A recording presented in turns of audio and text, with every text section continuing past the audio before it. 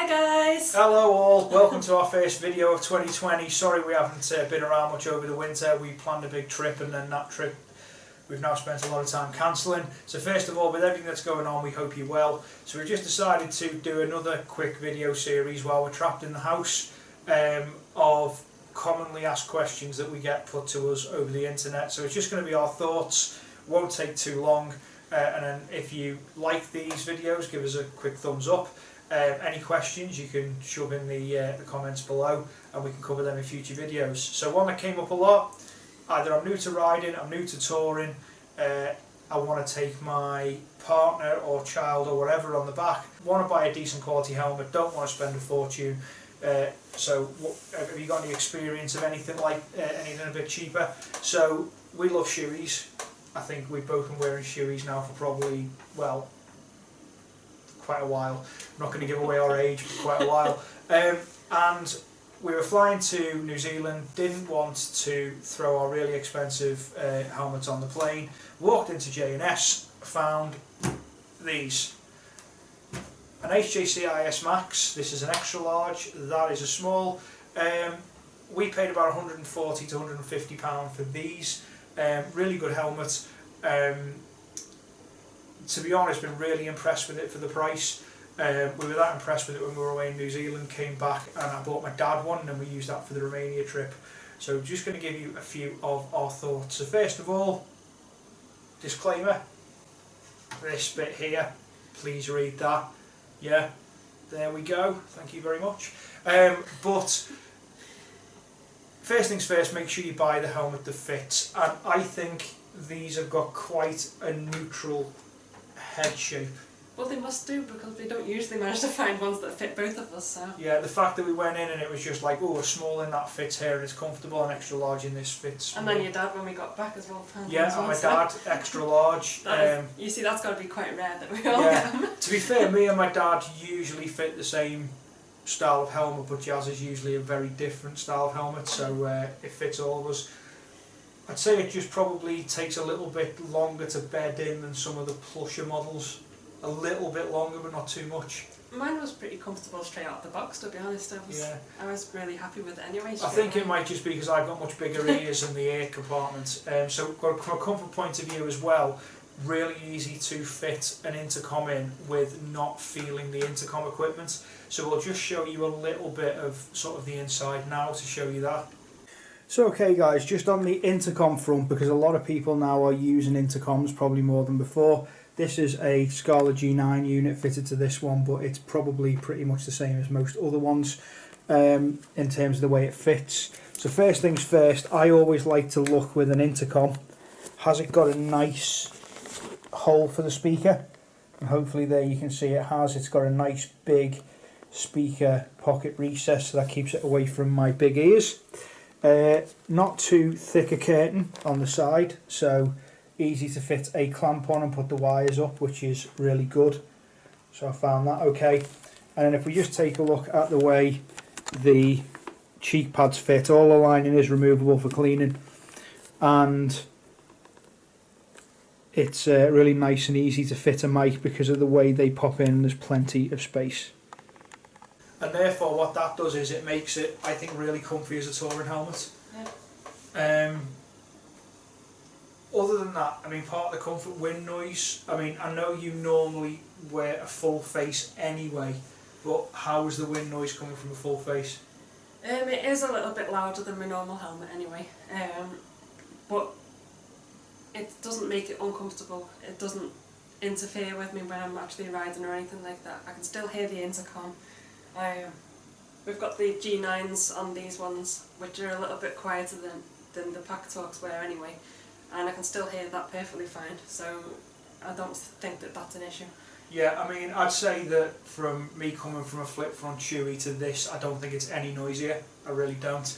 Other great thing about it, I think, for me, and I've worn Arais and Chewies and everything for years, I think this has got the best anti-misting on any helmet I've ever worn. Yeah, well, they come with their pin locks as standard anyway, so that's all included in the price anyway as well, isn't it? Yeah, so and I think as well the fact that all the vents are so chunky that even like we had a couple of really cold days when we were away, thick winter gloves didn't, you know, that's really easy. And a lot of the switches for everything are really easy to find, aren't they? Yeah, so it's like not just the vents. Yeah, so like the actual way to open it, it's not like a really difficult one. It's right in the middle, and then you just flick your finger under and clip it up. Now, just one thing to mention on these, they are Sharp 4-star safety rated, but they're not accredited safety rating to be worn in the up position, just the down position. But yeah, really easy to find. And then you particularly found easy the switch for the drop-down sun visor, didn't you? Yeah, because that, again, it's right in the middle, so whereas on a lot of other helmets and that, then with the switches being on the side, then I can never always find where it is. Yeah. Occasionally I do wonder why when we're going down the motorway she's punching herself in the side of the helmet, and it only happens when it's sunny.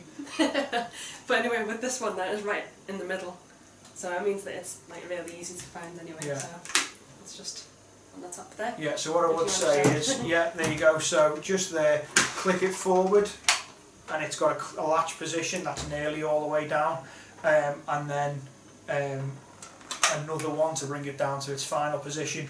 I'm not sure whether that's to notch a little bit and a little bit more, or whether it's the size of your nose, because I do wear mine, because I got a much bigger conch than Jazz has got, and I wear mine slightly in the higher position, because if I bring it down it can't touch my nose, but if I suppose it might be for if someone's wearing glasses as well. Yeah, maybe if someone's wearing glasses. The only thing I would say that you do lose slightly on some of the other ones is, rather than a visor up, a visor down, it does have a button and a spring to bring that shield up, and it does retract sort of really well. But the only thing is, you do have to keep this gully in there clean, and you know, just a wipe every so often will do that. I have not noticed a problem on this, and I don't know whether you have, of a couple of people with other brands which have that on the top, which is water ingress. Oh no, I've not noticed that. I've never, and I know a couple of people with a couple of other makes have noticed that, but it does seem to be sealed quite well. Other things, they haven't scrimped. Like I did look at a couple of other makes, and I didn't like the fact that some of the hardware, so for instance some of the pin work was plastic. So this is metal, which I really like, because when it comes down and it clicks, it's really definite. And I've tried a couple of flip fronts from a couple of other manufacturers which rattle a bit. Never had that with this, don't know about you. So and it doesn't happen on my shoe, it doesn't happen on this. Love the style of it, I think you could ride it with pretty much anything. We ride adventure bikes, but I reckon you could ride it with pretty much anything. They come with different graphics and everything as well, if you're that way inclined. Yeah, if you want to spend a bit more, I think you can spend up to about £180–200 on the graphics model. Although I went with the plain one and did the whole Austin Vince with the electrical tape. Yes, as soon as she, what was that called? Plique. And as soon as she saw Austin Vince do it, it was like, right, that's going on my helmet. But yeah, in terms of on my adventure bike or on tours I've ridden, pretty good in a normal profile. I did go out and ride a 750 Suzuki and with a bit more pitched head angle, and that was absolutely fine. I could still see through it. Weight wise, I think is pretty good. Yeah, I mean, again, it's a little bit heavier than my shoey, but it's still comfortable to wear all day, so it doesn't really matter. And the one thing I would prefer, I'd probably prefer a double D. What man wouldn't prefer a double D? I'm going to get beaten up off camera. But the thing is, this does have a ratchet style system, but unlike some other ratchet style systems I've used, I find I can get a really good adjustment on that every time I put it on. Yeah, I've not struggled with that. Yeah, and then getting it off, it's pretty good, even with gloved hands. So I suppose that would be easier for someone that was maybe new to wearing a helmet or whatever, because sometimes I think they struggle with the double Ds anyway when they're trying to thread it all through and everything. Yeah, and what man hasn't struggled with a set of double Ds? But again, a couple of things to bear in mind. We always ride in earplugs, so please take that into account. If you don't ride with earplugs, we can't testify to the noise and everything else. But I think, bear in mind, you can go to a a bike show or some shops at the moment and pick one of these up for £100. I'd be happy if this was my only helmet. I've got the luxury that we can use these when we go on a flight, or even some days when I'm just nipping up the road to fill my bike up with petrol, I'll just shove this one on. But yeah, I'd be happy if it was my only helmet.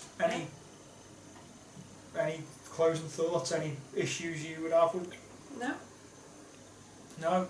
So there you go, guys. You asked a short question. There's our massively elongated answer. If you found that video useful, bit of a thumbs up if you would, that would be great. If you would like us to answer any other questions maybe, then leave a comment down below. Yeah, do us a favour, just talk to us. You can check out our new website, which is a bit of fun that we're trying to build a bit of community on, baconbiketours.com. And please stay safe out there, and hopefully we'll all be out riding together soon. And we can wash your hands. Yeah, wash your hands. And hopefully we'll do some kit reviews when we're all allowed out, and we can do some kit reviews out on the road. So thank you guys, please stay safe, and we'll speak to you soon.